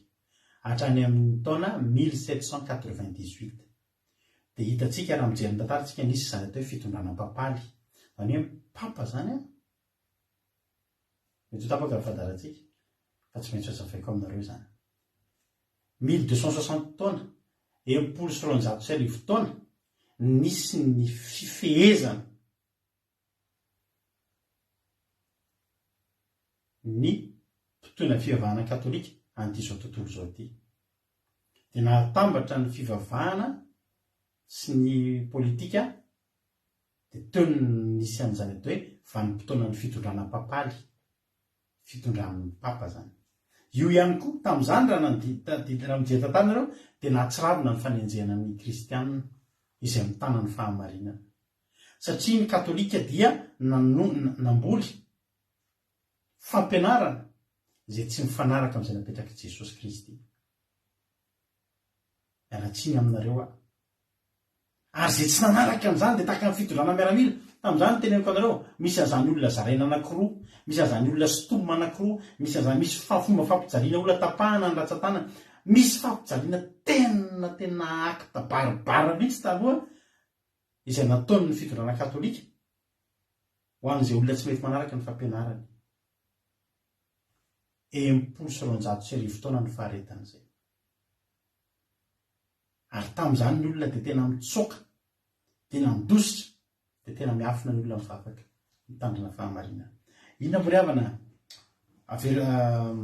to dia ajanoko inona ny voaloha izara tokony teneniko ary momba an'izay fa ajanontsika eny amin'iny nisy ady tany an-danitra Mikaela sy ny anjeliny ary tamin'ilay dragona ary ilay dragona mba amin'ny anjeliny kosa ny ady voalohany indrindra ilay dragona eo ambaniny fahefan'Andriamanitra tsy ambony no Andriamanitra mihitsy faharoa manakaraka an'izany ny anjeliny ray apahatelony un tiers miaraka taminy biby tsy miady zany raha hoe tsika leo fomba fitenitsika tsy hoe biby akory Andriamanitra fa tsy miady normala be resy ilay dragona sady kely hery no kely miaramila ny an'Andriamanitra sady tompony hery sy ny fahefana rehetra no roa apahatelony mbola miaraka aminy ry Mikaela sy ry Gabriela Mikaela anisan'ny anjely arika anjely mahery ao an-danitra dia tsy naresy ny dragona dia inona nataony nazera taty tany izy ary le menarana ela zay atao hoe devoly sisa tana zay mamitaka zao tontolo zao dia nazera tamin'ny tany izy ary ny anjeliny kosa niaraka nazera taminy dia nahareo fe mahery tamin'Andriamanitra ankehitriny dia tonga ny famonjena sy ny hery ny fanjakan'Andriamanitsika sy ny fahefan'ny Kristiany satria nazera ilay mpampangan rahalahintsika zao zany tena ofehan'ity zavatra resantsika ity androany rehefa vakitsika io tantara io dia misy ady tsy mety vita ilay dragona dia tia hamono foana ilay fahamarinana tia hamono foana ilay vehivavy mitafy masoandro satria ny dragona io tsisy tsony io vehivavy mitafy masoandro io tsy teraka tsony io vehivavy mitafy masoandro io na dia ray aza ny zanaka io teraka dia tian'ilay dragona hohanina zany tenanao olona ray vita batisa zany tsy mampaly ny devoly zany ianao zany mieritreritra izao fandarantsika izao fandarana kely olona efatra enina efapolo ve mijery dia asarotiny devoly fa teneko anao fa na anankiray aminareo mandray fahamarinana fotsiny dia tsy tatiny devoly zany na olona ray tonga ny an-danitra zany tsy fony ny devoly zany le havana azagaginao maninona ny tapaka amin'ny fandarantsika maninona misakatsakany satria ilay dragona mena mbola eo hatramin'izao mbola miandry te hinana te hamotika io vehivavy mitafy masoandro io dia ny zavatra natao ny zava-mahafinaritra vaovao mahafaly teneniko anao nefa dia zao manenjika an'ilay vehivavy mitafy masoandro foana ilay dragona fa ny zavatra tsapantsika koa anatin'ny teny Andriamanitra koa miaro an'ilay vehivavy mitafy masoandro foana fifaliana lehibe vaovao mahafaly ny teneniko anao arovan'Andriamanitra foana ny fahamarinany arovan'Andriamanitra foana ny fiangonana mitafy fahamarinana ry havana tsy lany le dragona mihitsy ataony ny hevitra rehetra fa andriamanitra koa manana hevitra rehetra rehefa nyrika tokony lasa nyrika ataon'andriamanitra mivava ny tany dia latsaka ny tany ihany nyrika tsisy manao izy fa tsy mavita na ho ela na ho aingana na roviana na roviana ny fahamarinana tsy maintsy voatory isika zao dia hijoro na ninoninona tapaka na tsisy ninona tsony mbola vitatsika mitory portaporta miteneny amin'ny jalambe hitory fahamarinana na ho alefa amin'ny taratasy amin'ny posta azy ny fitoriteny ataotsika izany ry havana omen'andriamanitra atsika moyen rehetrarehetra iarovana ny masoandro iarovana n'ilay vehivavy mitafy masoandro fa tsy maintsy miteraka ny fahamarinana ninona ataon'le dragona mena ninona ataon'le dragona mena ary zao ny ampaherezako anao lay biby fafito ny biby dia fafito ngeza lavitra n'ireo rehetrarehetra zao ao amin'ny daholo na ny endriky ny biby le loha voalohany ny tanan'ny lebera ny lohan'le leopard vavan'ny liona inona moa ny endriky izany ny endriky izany dia zao ny fanenjehana ny fahamarinana tamin'izany tsisy dika raha miohatra amin'izao tsika iainy zao ary ireo loha fito sy tandroka folo ireo dia fitambarany rehetrarehetra amin'izay dragona sy ny miaramilany avy amin'ny lafivalo ny tany ny vazatany efatra isak'izay rehetrarehetra zany ke miteny reo fa voafehan'le dragona izy zao ny réseaux sociaux ny resaka média rehetrarehetra ny resaka any amin'ny arena sy ny voninahitra sy ny any amin'ny na ny sakafo hoanitsika io azy voafehany ary ady amin'ilay vehivavy mitafy masoandro izy anohatra an'andriamanitra izy ho mafy ny fanenjehana ho mafy ny ady satria le biby difafito ty le tena mahatsiravina indrindra ary izy dia miaraka amin'ny famitana tsy misy ohatr' izany mety hitory-teny ihany izy mety anao fitaompivavahana ihany izy fa manotamota ny tenin'andriamanitra mihinana mamono fa zao ny zava-mahafinaritra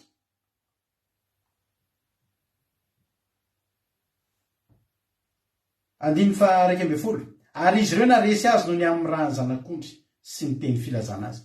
inona kay ny antony naresy Mikaela sy ny arkanjely Mikaela arkanjely sy ny anjely an'le dragona sy ny anjeliny ny rany zanak'ondry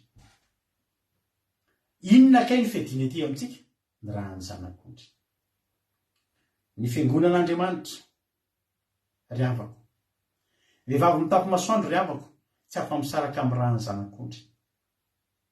angatao isan'andro san'andro manomboka eto isaky mivavaka ianao eto Jesosy raha kofy amin'ny ranao fa fantatsika zao fa le dragona mena lehibe manandoha fito sy tandroka folo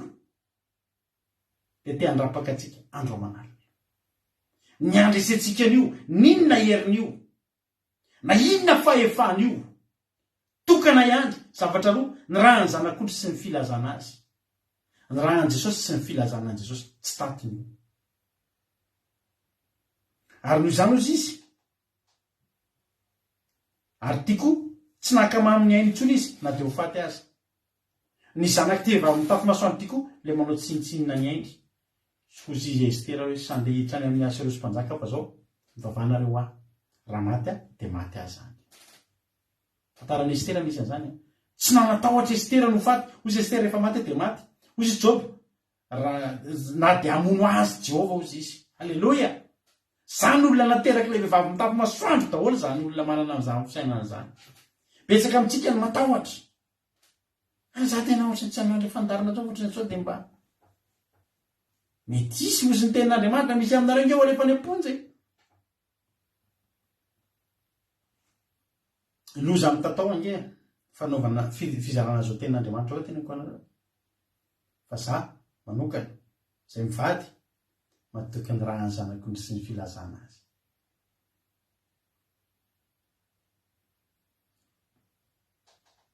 tsy mahakamaminy ainy intsony izy na dia ho faty azy zany no toetra n'ilay zanaka nateraky le vehivavy mitafy masoandro aza manany amin'inana amin'inona ry havana, aza manana dia ny amin'ny ainareo ary, aza manana dia ny amin'ny aintsika aza. Tezitra ary amin'ny ariambon'ika izy voalaza tezitra le devoly aizy izy teo najera tamin'ny tany izy dia tezitra mandrakariva izy. Aiza le teny teo lazy hoe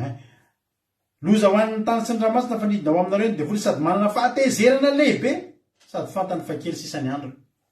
fantany fa kely sisany andro dia vao misy tezitra. Ary tsy faly ny devoly mahitanao eo tsy faly ny devoly mety antsika mivavaka, tsika tsy mivavaka fa isika mitana ny fahamarinana. Samy hafa zany, tsika tsy mivavavavaka fotsiny, tsika mitana fahamarinana ary hotoritsika ny fahamarinana. 9 ary rehefa hitan'ilay dragona fa nazera tamin'ny tany izy dia manenjika ilay vehivavy miteraka ny zazalahy izy. Ary ilay vehivavy dia nomena ny elatra roa ny voromahery lehibe hanidina ho any anefitra ho any amin'ny fitoerany izay tezana azy fetrandro ray, fetrandro roa, ary atsasaky ny fetrandro.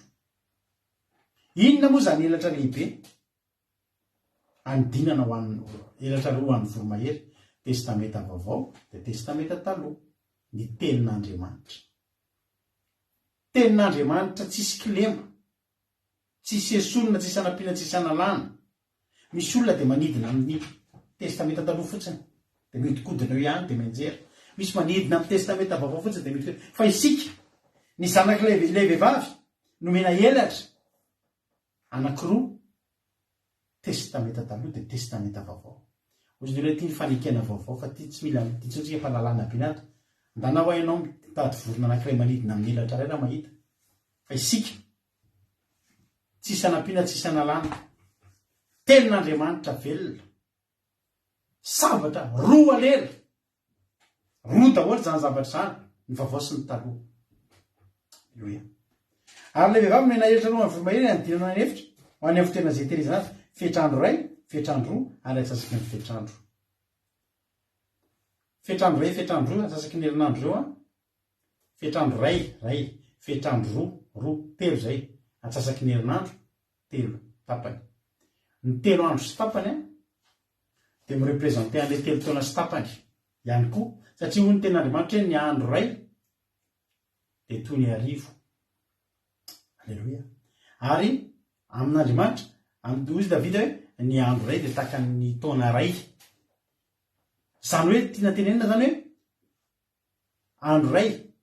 fetrandro roa, telo zay sy atsasaky ny herinandro. Raha amin'ny taona kosa zany tsy telo andro sy tapany fa telo taona sy tapany.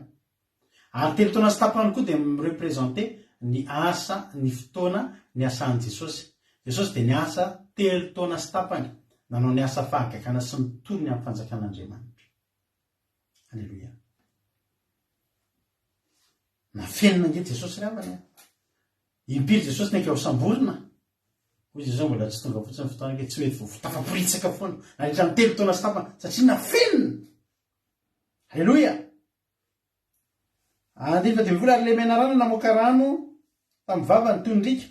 anaraka andra vehivavy mba endosiny rika izy. Rehefa nytany namonjy andra vehivavy, Andriamanitra zany rehefa hiaro natany aza baiko ny hiaro anao. Inona no mampatahotra anao? Manoloana ny mety ho fanenjehana, inona ny ampatahotra anao? Tsy efa mitafy masoandro va ianao? Mitafy fahamarinana va ianao? Nefa ny tany namonjy andra vehivavy ka mivava ny tany ka nitelina ny rika izay navoaka ny dragona tamin'ny vavany izy. 9 dia tezitra tamin'ilay vehivavy ny dragona. Izy efa tezitra lalandava, tezitra amin'ilay fiangonan'ny fahamarinana. Ka lasa nandeha hiady amin'ny zanany sisa izay mitandrina ny didin'Andriamanitra sy mitana ny filazanan'i Jesosy. Zao zany.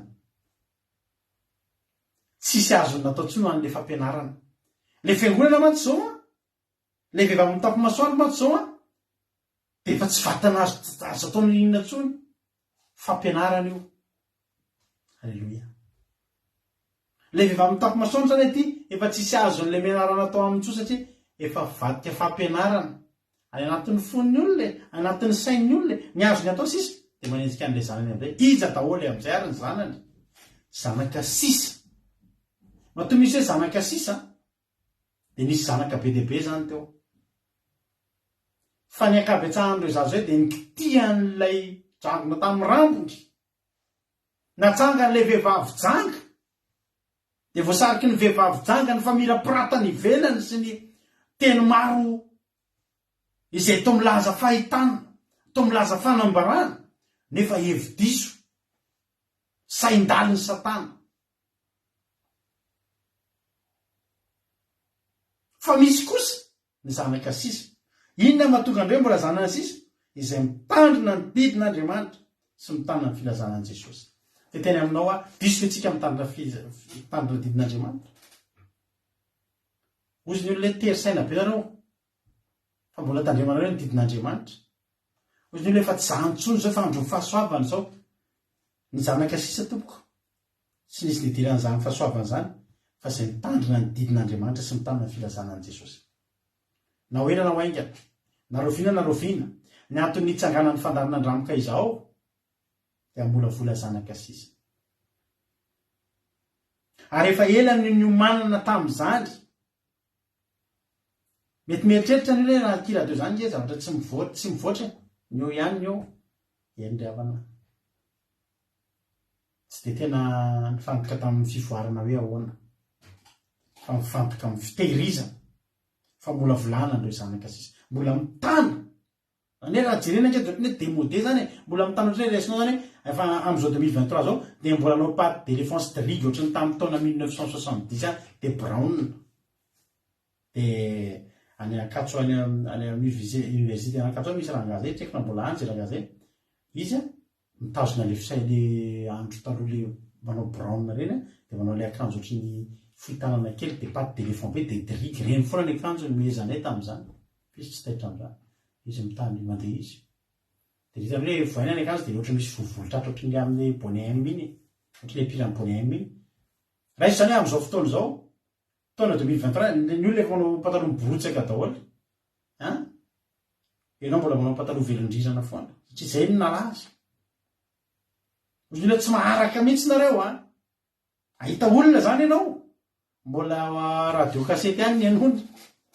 mbola faksa ihany ny alefa ny olona efa imailina ozy olona tsy maharaka nareo tsy maharaka fa mitana ny filazanan'i Jesosy aleluia androany any eritreritra zavatra de somary nalahelo kely mahita le fandaratsika tapaka foana zany de ny antsomampina de nalahelo kely za orinena efa ho tapaka ty fandaratsika ty zao zavatra tonga ao an-tsaiko ao amin'ny fotoana tsy ampozina zany tsika reo tsy fakahita tsony tsy mba misy koa hoe fotoana ifanaovana karaha tamin'ny film Titanic iny misy mba fotoana ifanaovana velomana kely izy fa tena afinaritra ny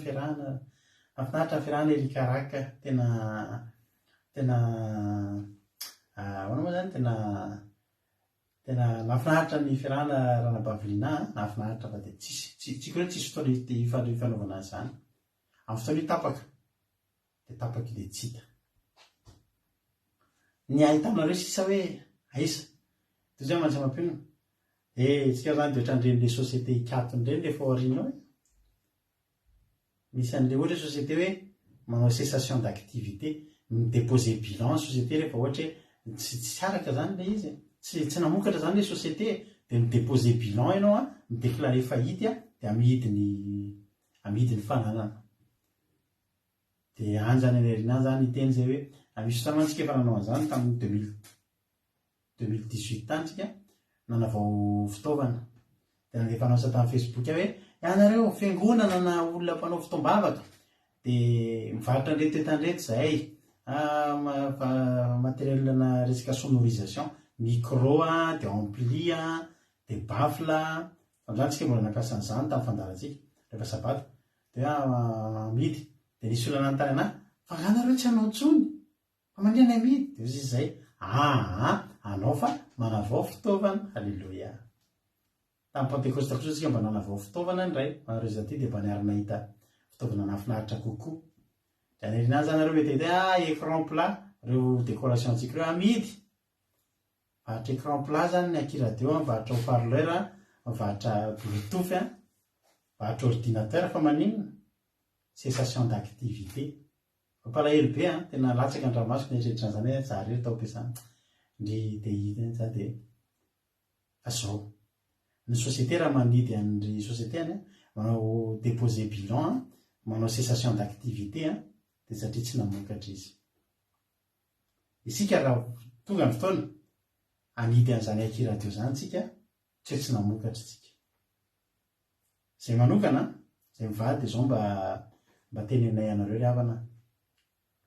zay tena afa-po manana anareo tena afa-po hoe tena tenareo hoe zany dia pino aminareo firy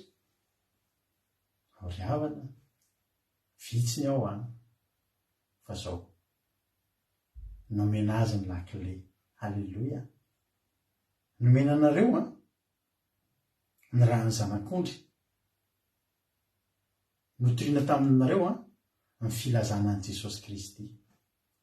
nomena anareo nelatra rotaka ny voromahery za manokana malaelo raha tapako ty fandarany teo arinao fa za kosa efa matsapa tena matsapa ako na dia miteny aza Paoly hoe rehefa vitanao daholo za rehetrarehetra zao dia teneny hoe mpanompo tsy mahaso ihany ny tokony nataoko ihany nataoko sanatria amiko ny teny hoe zany tena zay mivady tena navita inona fa zay kosa nefa matsapa efa nitoriana teto ny marina ny narangaranga teto ary zay rehetra fantatra tsisy nafenina taminareo satria maninona satria teo any an-danitra isika ny andehanantsika any an-danitra ngery havany ny lakile amoatsika ny varavarany lanitra ngery havany ny didin'Andriamanitra ngery havany zay napetraka Jesosy ngery havany Jesosy ngery havana sarotiny tamin'ny mpianatra zay tia aozy izy dia oaka hitandrina ny didiko na hoany tsika ny tsy hitandrina didin'Andriamanitra tsony fa amin'ny fomba hoana ny eritreretantsika tsy hitandremana didin'Andriamanitra vao tsy mitandrina didin'Andriamanitra tsika efa miandry atsika Apokalipsy 7:10 ilay vehivavy janga izay mitaingina biby dimy volonjaka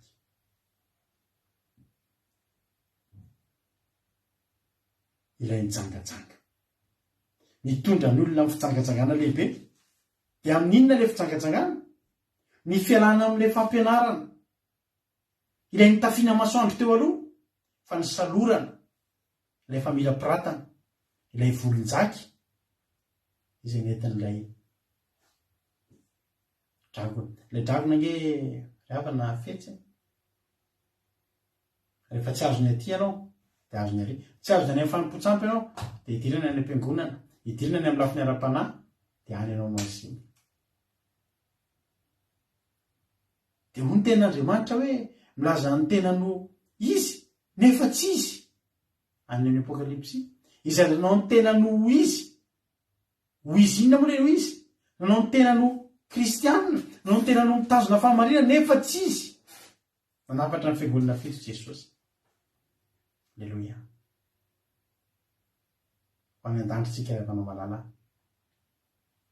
amin'ny Galatiana misy ten'Andriamanitra ray zaraiko aminareo ity ampamarana sady faly be mihitsy tsy tapaka ny fandarana voalazako ny zavatra tokony ho nolazaina Galatiana 4:9 andininy 10 sy 11 efa kitsika aminaran'i Jesosy ny ten'Andriamanitra hoe Galatiana 4:9 andininy 10 sy 11 ny soramany dia zao hoe anatra farany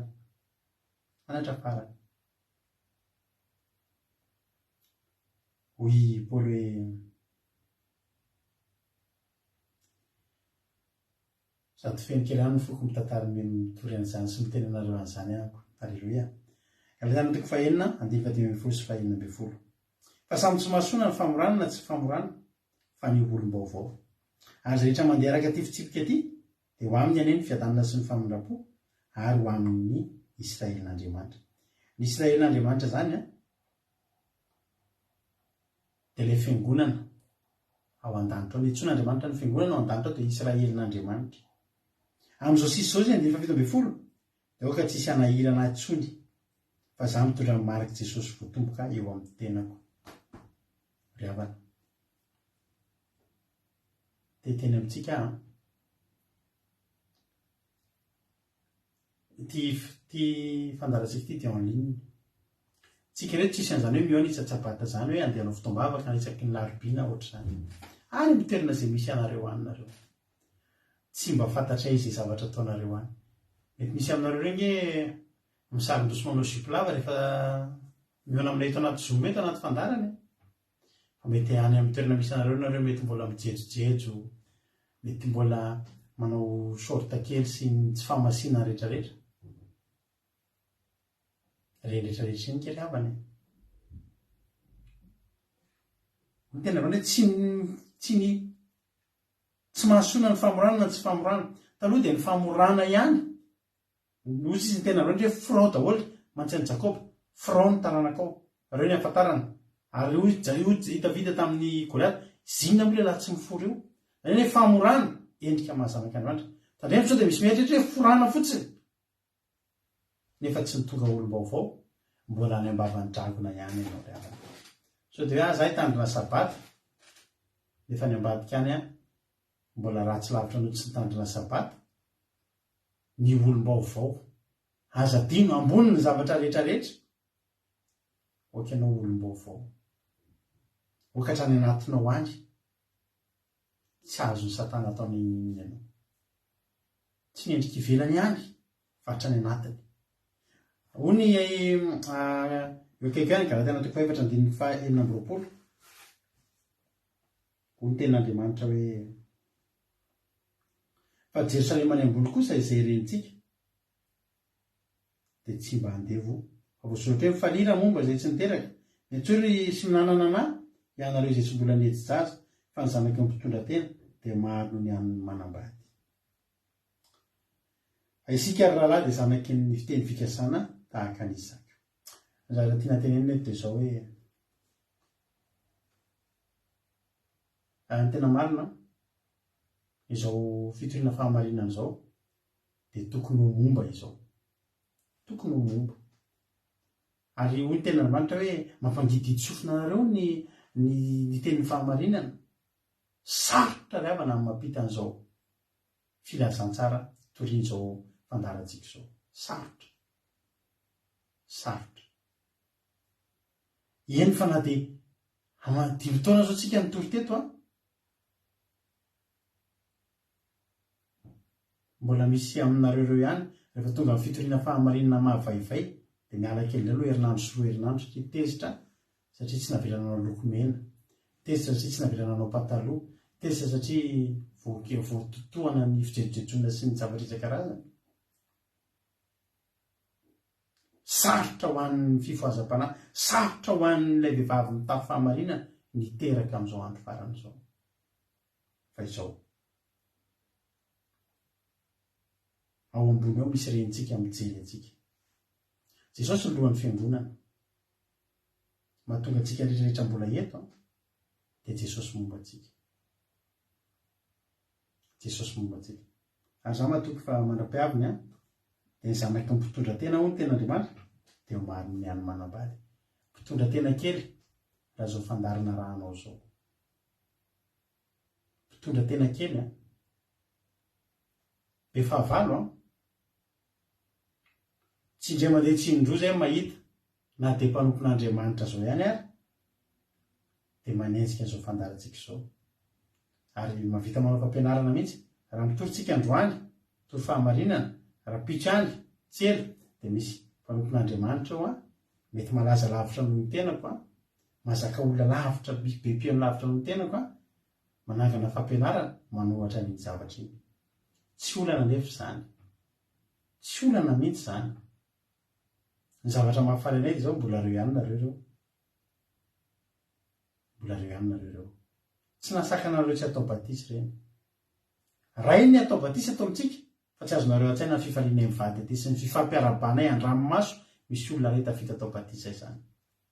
tsy nisan'ny olona ny zavatra tenenina eto dia ny zanaky ny mpitondra tena dia manohy ny any manambady etinkery havany raha olona ray teraka tena teraky ny fahamarinana ny ovafo nandray an'le tenin'ny fahamarinana filazanan'i Kristy sy ny rahan'i Kristy dia tena eko anao hifaliana be any an-danitra any tsy nisany ny anay ny zava-dehibe tsy quantité fa qualité fa zay mahita hoe tonga aty misy fotoana zao hoe ny fampitondram-bavaka dia misy mifampiantso aminay ary dia andao atsika hivavaka dia izao raha vehivavy le olona dia tenena zao fivavaka moatsika dia afaka mba maka saron-doha toy izy le olona paster efa misy saron-doha misy tetrabe zay paty anao fa manao saron-doha efa hitako amin'le fampianarana hitako amin'le zavatra ataonareo fa hitako tamin'le vidéo anareo manao saron-doha ny olona ndry dia faly zay mivady faly any ambadika any misy mandray zavatra ohatr'izay ho tahin'ny tompony itsika rehetrarehetra zay tsy kivy nareo koa asa kivy zay tsy emotra nareo koa mandro soa avy fotoana tsisy ty fandarana ty efa napetraka ao am-ponareo ny tenin'Andriamanitra ny fonareo dia vato fisaka nandratina ny tenin'Andriamanitra avy fotoana mety esorina amintsika ty baiboly ty taratasy any ry havana fa ny fotsika aza vela voafafa ireo tenin'Andriamanitra zay voarainao hatramin'izay aza miala amin'ny fahamarinana zay nitorina taminao io fa lalam-pamonjena ao antsika io ary amin'ny alalana io tsy azony devoly ataona inana isika iaro anao ny Andriamanitra izara fatsapantsika rehefa fa andao ataontsika tiry ty ampaherezako anao ty iray ty mivavaka mba hoarovan'Andriamanitra tahaka an'ilay vehivavy mitafy masoandro tsika rehetrarehetra misy fotoana nandalo ady be ny tenako ady ara-panahy efa niakatra tena tendrombohitra mivavaka dia tiry ty foana tamin'izany voavoako tiry ty foana ny tao mivavako hoe na arivo lavo manodidina anahy za tsy atahotra fa za eo ambany elatrao Andriamanitra amin'izao andro farany zao angatao isan'andro mba ho ambany elatra Andriamanitra ianao fa le dragona lavarambo dia te hikitika te handraraka ny kitana te halavo ny mpanompon'Andriamanitra amin'ny rambony iny fa ianao kosa ne isika ho tehirizin'Andriamanitra ao ambany elany ao anatin'ny tiry raha misy olona 2 na 3 aminareo na 4 izara fahatsapana inona ny voarenao tanatin'ny toriteny inona ny nakasika anao dia ampidiriko mijery miantso an'ity compte izay sortaka anaty commentaire ty nareo iny ny compteko atsonareo amin'ny messenger dia afaka mizara fahatsapana ampidiriko en direct eto nareo zay izara fahatsapana ndao ary mino finaritra isika rehetra dia tahiny tompo daholo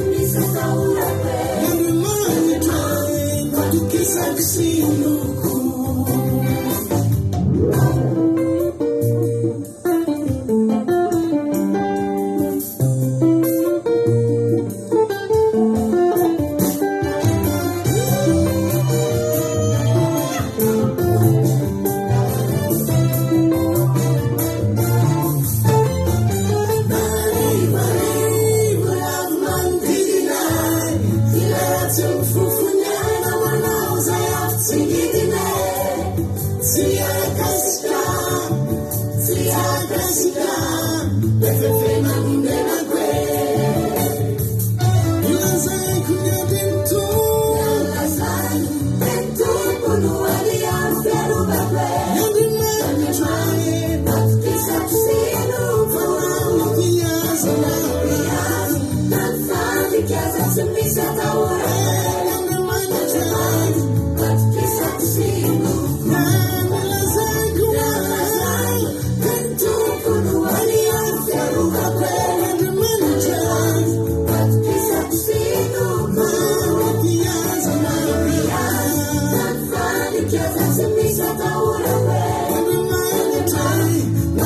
Sex